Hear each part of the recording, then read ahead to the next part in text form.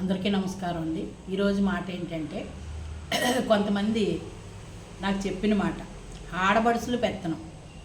ఇప్పుడు ఎక్కడో అమెరికాలో లేకపోతే రష్యాలోనో ఎక్కడో ఆడపడుచులు ఉన్నారు.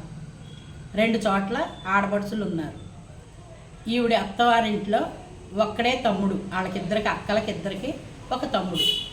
ఆ తమ్ముడు తల్లి తండ్రి కోడలో కొడుకు నలుగురు ఒక ఇంట్లో ఒక అపార్ట్మెంట్లో కాపురం ఉన్నారు. ఈ వయసు అయిపోయి పెద్దోళ్ళు తల్లి తండ్రి వాళ్ళు పెద్దగా ఏమి సాధించటం అది ఉండదు కానండి, ఆ కూతుర్లు సలహాలు పాటించటం పెద్ద ఆవిడికి అలవాటు అంట. అలాగే తండ్రి అయితే మగతనం ఎక్కువ కలగజేసుకోడండి, ఆడవాళ్ళు ఎక్కువ ఇన్వాల్వ్మెంట్ ఉంటుంది కానీ మగవాళ్ళు పెద్దగా కలగజేసుకోరు.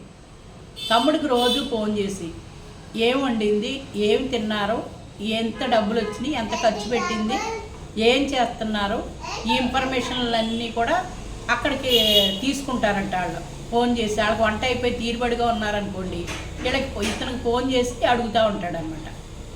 అడుగుతూ ఉంటారు అక్కలో, ఇతను చెప్తూ ఉంటాడు.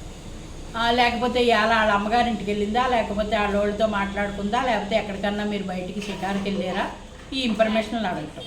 ఇలా వెళ్ళాము ఇలా చేసామంటే ఒరే ఇప్పటి నుంచి నువ్వు దానికి లోపు ఇచ్చుకోకు, దాని జుట్టు నీ చేతిలో ఉండాలి కానీ నీ జుట్టు దాని చేతిలోకి వెళ్ళనివ్వకు, జాగ్రత్తగా ఉండు, జాగ్రత్తగా అమ్మా నాన్నని చూడు, ఇలాంటి సలహాలన్నీ అక్కడి నుంచి పాస్ చేస్తూ ఉంటారంట.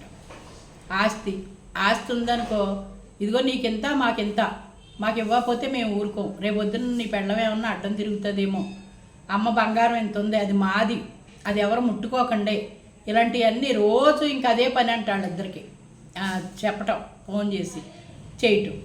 ఈ ఇంట్లో ఉన్న కోడలు ఒక పని మనిషితోటి సమానం వాళ్ళకి.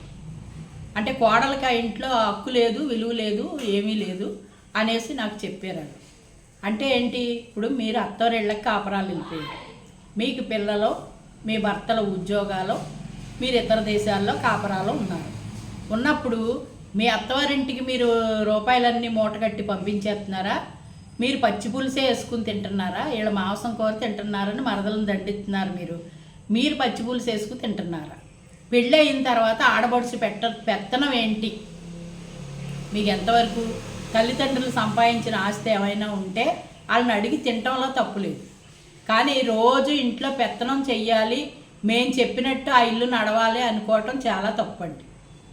మనం ఇంకొక ఇంటికి కోడలుగా వెళ్ళాం, ఇంకొక కూతురు మన ఇంటికి కోడలుగా వచ్చింది, మనం ఎలా మసులుతున్నాం అక్కడ, ఆ అమ్మాయి కూడా ఇక్కడ అలా మసలాలని అనుకుంటుంది. అప్పుడు ఆ అమ్మాయికి ఏమనిపిస్తుంది అంటే, నాకు స్వతంత్రం లేకుండా పోయింది, వీళ్ళ పెత్తనాలు ఎక్కువైపోయినాయి అని ఆ అమ్మాయి మనసు బాధ పెట్టుకుని రేపొద్దున్న ఈ ఇంట్లో ఉన్న పెద్దోళ్ళ మీద భర్త మీద కూడా ఎదురు తిరిగే ప్రమాదం ఉంటుంది.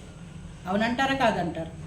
అందుకని ఆడబడుసులు ఇన్వాల్వ్మెంటు వచ్చి చుట్టం చూసుకోవటం, వాళ్ళు ఎప్పుడైనా ఒక బట్ట పెట్టినా, సారి పెట్టినా, సీర పెట్టినా పట్టుకెళ్ళటం, వాళ్ళు ఏదైనా వస్తువు రూపంగా ఇచ్చిన సంతోషంగా తీసుకోవటం, వస్తే 4 రోజులు ఉండి వెళ్ళటం, లేదు ఏం చేస్తున్నారని పలకరించుకోవటంలో తప్పు లేదు. పెత్తనం చేయటం తప్పు కదండి. ఆ పెత్తనాల వల్ల ఈ ఇంట్లో డిస్టర్బెన్స్ మొదలయ్యింది. ఉండే కొద్ది ఏ దారి తెస్తుందో ఎవరికీ తెలియదు. వీళ్ళు కూడా అలాంటి స్వేచ్ఛ కావాలని కోరుకుంటారు, మనం కోరుకున్నట్టు వాళ్ళు కూడా కోరుకుంటారు కదా, అది ఎందుకు గమనించరు ఆడబడుచు? ఒకసారి ధర్మం ఎక్కడుందో ఆలోచించండి.